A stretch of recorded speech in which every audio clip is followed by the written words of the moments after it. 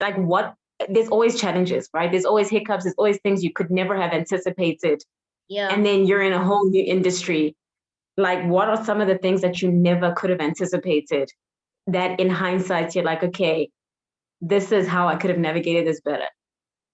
I don't know if I could have done anything better, to be honest. Yeah. Like, I actually don't judge myself for the mistakes that I've made. Yeah. Because I think that that's actually okay, because I'm like, I didn't know better. But I will say, like, things like the cost of freight, you know, shipping my products from Ghana, that's a variable cost. It changes all the time. It's so expensive. You can't plan for it. And so that was a big hit on my business. The timing as well with COVID was taking a lot longer to get shipments in. That was a big hit on the business. So I had like 2 or 3 months where I had like no income, which was strange. Another thing I didn't anticipate, when I was doing it as a side hustle, I didn't depend on the business to help me with my day-to-day. Like I wasn't getting a salary. And so when I finally started taking out a salary, I really felt it. I'm like, oh, then I was like questioning, is this even a viable thing? Because now I have real expenses. So yeah, I think maybe just being a little bit, I don't want to say naive about the running costs. And yeah, I was somewhat naive, but you kind of have to be naive and a little optimistic to go for it. But yeah, there were a couple of big costs that I wasn't waiting for. And just learning that I think the hard things, what people think is hard is actually easy. And what people think is easy is hard for me, for example. So getting my import license, that was easy. Importing from Ghana, for me, relatively easy. Marketing, understanding your market, knowing that you are not your market, you know, like that to me is the biggest challenge. Like understanding the consumer and how they think about the product. Because I assume everyone knows what I know, and that's not the case. So that has been the biggest challenge for me. And it's forced me to even be out here on the internet. Me, I was not really on Instagram. I was not really doing any of that.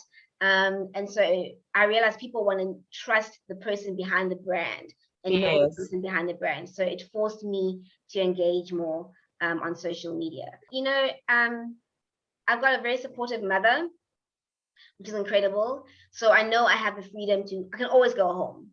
I have the freedom to and also, thankfully, I always say it's like my self-esteem isn't wrapped up in my job, right?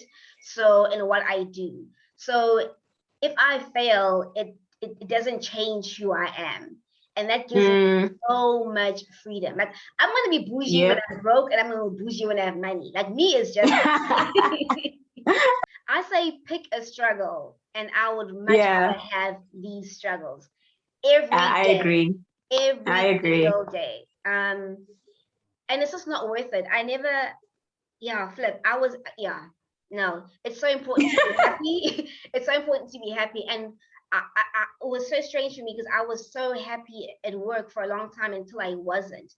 And until you're not happy, like your guys, mental health, mental health. So what is like your vision for JustSheabutter? To be like Vaseline, the way we use it every single day. It's a family product. I think everyone should be using it. Whether it's for your skin, for your eczema, for your hair. I know I've been pushing a lot on the hair stuff because it's quite easy to push the hair marketing, but it really is like an all-purpose product that I want in every home. I want us to be the most trusted and the most widely accessible shea butter brand in Southern Africa. Like South Africa, yes, but also like all your SADC countries. Like I look at us as being the same thing, and I want JustSheabutter to be out there like that, for sure. But definitely in South Africa, in every home, I will.